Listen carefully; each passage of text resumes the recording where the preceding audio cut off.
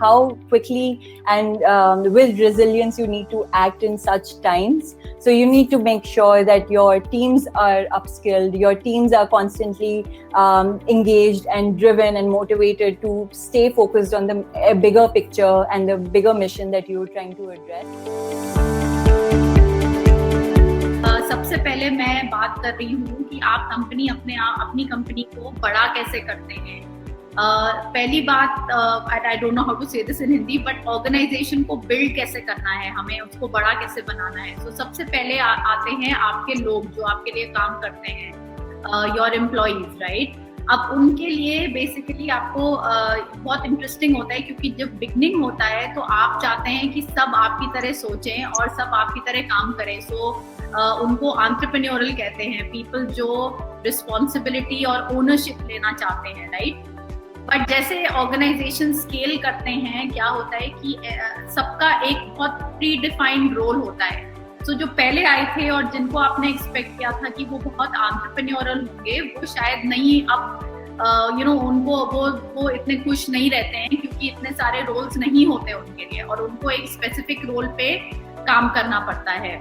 Also beginning में आपके पास इतने पैसे नहीं हैं, तो आप बहुत लोगों को, बहुत क्वालिफाइड और बहुत बेस्ट बी स्कूल से लोगों को आप नहीं अट्रैक्ट कर सकते, राइट।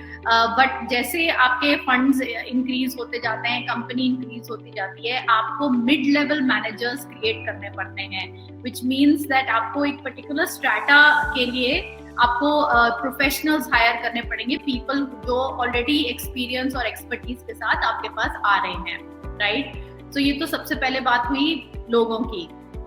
द सेकेंड थिंग जो सबसे जरूरी है कंपनी में, उसको कहते हैं MIS, which is management information systems. ये बेसिकली होता है कि क्या डेटा आपको मिल रहा है, क्या डिसीजंस आप ले पा रहे हैं, और डेली बेसिस पे आप कितनी जल्दी डिसीजंस ले पा रहे हैं। क्योंकि क्या होगा कि जब आपने शुरू किया था तो आप सारे काम खुद कर रहे थे, बट एज द कंपनी ग्रू आपने डिसेंट्रलाइज करना शुरू कर दिया, तो आप भी बहुत ही स्पेसिफिक रोल्स ले रहे हैं। और जो लोग आपके पास आ रहे हैं, they are actually coming to you because they want you to take decisions.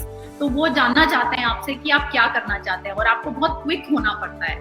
So the most important thing for scaling a business is management information systems, which means कि क्या डेटा आपके पास आ रहा है, कितनी जल्दी आ रहा है, कितना एक्यूरेट है, और आप कितनी जल्दी वो इंफॉर्मेशन को यूज करके, उसको पढ़ के आप डिसीजन ले पा रहे हैं। So that's very very important. In fact, मैं अगर आपको सच बताऊं तो आप अगर पढ़ें इन सब बड़े लोगों के बारे में, जेफ बीजोस से लेके Bill Gates and all that, तो आपको ये नजर आएगा दैट पूरी कंपनी का जो डिजाइन होता है, उसका जो कल्चर होता है, that is defined by the MIS system. So MIS सबसे जरूरी चीज होती है to be able to scale and to be able to scale in a proper way.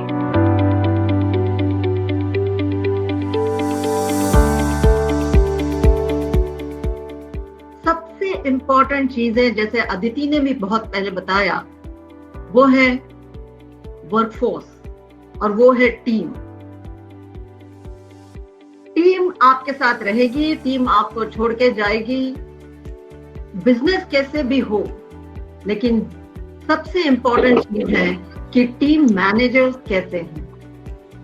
अगर आप एग्जाम्पल लीजिए कि अगर आप कुछ प्रोडक्ट सेल करते हैं, फॉर एग्जाम्पल अगर आप महीने के 35 प्रोडक्ट सेल करते हैं, तो इम्पोर्टेंट चीज ये है कि आप 35 से 40 तक जाओगे, 40 से 45 तक जाओगे, लेकिन 35 से 70 तक नहीं पहुंचोगे, 35 से 150 तक नहीं पहुंचोगे, या 35 से 500 तक नहीं पहुंचोगे, क्योंकि हमारी भी कोई लिमिटेशन है, क्योंकि हमें सबको 24 घंटे दिए हुए हैं और 24 घंटों में हमें काम करना है।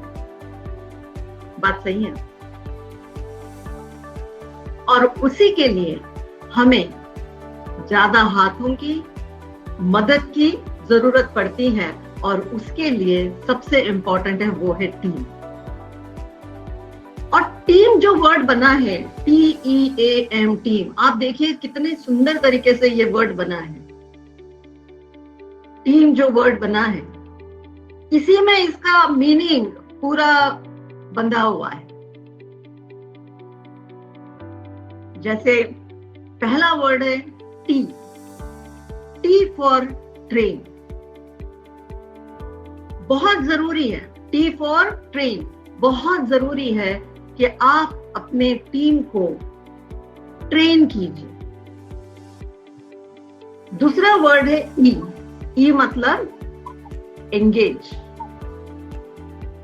हम टीम को सिर्फ ट्रेन नहीं कर सकते, उनको एंगेज करना पड़ता है। एंगेज मतलब हम सिर्फ और सिर्फ काम की बातें नहीं कर सकते उनके साथ, हमें उनके साथ थोड़ी फन एक्टिविटीज करनी चाहिए, हमें उनके साथ उनके फैमिली के बारे में पूछना चाहिए। याद रखिए, सबसे इंपॉर्टेंट चीज है फैमिली। अब आता है ए, ए मतलब अचीवमेंट, अचीवमेंट मतलब जीत। और सबसे हमारा एक ही ध्येय होना चाहिए जब हम टीम में काम करते हैं या टीम मैनेजर करके काम करते हैं, टीम की जीत हमारी जीत। जान लगा देनी है अपने टीम मेंबर्स के लिए कि उसका सेल होए, कि वो सक्सेसफुल हो, वो अचीव करे, और उसके लिए आपको कुछ भी करना पड़ेगा तो चलेगा। और लास्ट वर्ड आता है एम, एम मतलब मोटिवेट। अब मोटिवेट मतलब क्या? मोटिवेट मतलब आपने उनको ट्रेन किया, आपने उनको एंगेज किया, आपने उनके लिए बहुत सारे प्लेटफॉर्म्स ढूंढे जहां पे वो अचीव कर सके। लेकिन बहुत बार हम भूल जाते हैं कि इनको रिकॉग्नाइज किया जाए।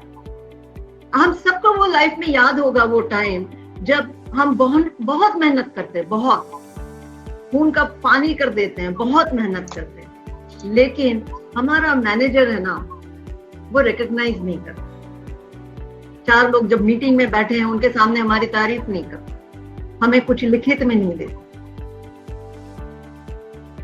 और टीम को मोटिवेट करने के लिए आपको रिवॉर्ड, रिकॉग्निशन देने बहुत जरूरी है। नॉट नेसेसरी कि आपको बहुत बड़े बड़े गिफ्ट देने हैं, वो गिफ्ट छोटा मोटा भी हो सकता है, चाहे एक छोटा सा लेटर भी हो सकता है आपकी तरफ से, चाहे कार्ड हो सकता है, चाहे एक पीठ थपथपाना हो सकता है। और सबसे बेहतरीन प्लेटफॉर्म पे आज हम लोग हैं और वो है मदर्स वेंचर। याद रखिए, एक माँ ही जान सकती है कि एक बच्चे को किस चीज की जरूरत है, और वो जरूरत होती है कभी डांटना, कभी फटकारना, कभी प्यार करना, कभी तारीफ करना, उसको अच्छी बातें सिखाना, वैल्यूज डेवलप करना।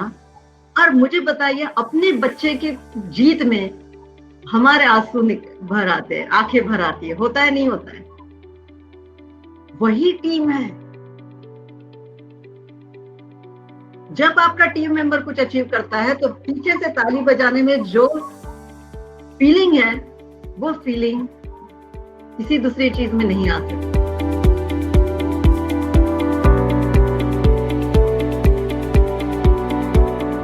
Talking about networking, so networking is important whether it is a women-run venture or a male-led venture. It doesn't matter. Networking is important to stay relevant and connected in the right market with your customers, with your suppliers, with the community, the sector that you are operating in, and also to if you are a funded venture, obviously to the investor community. When we talk about customers, networking with your customers is as important. I believe customers are your brand ambassadors, because if they do not talk good about you, then there is no point being. That means you are not doing your job right effectively. Failures are a part of anybody's business journey, and it is important to take failure as an opportunity to perform better.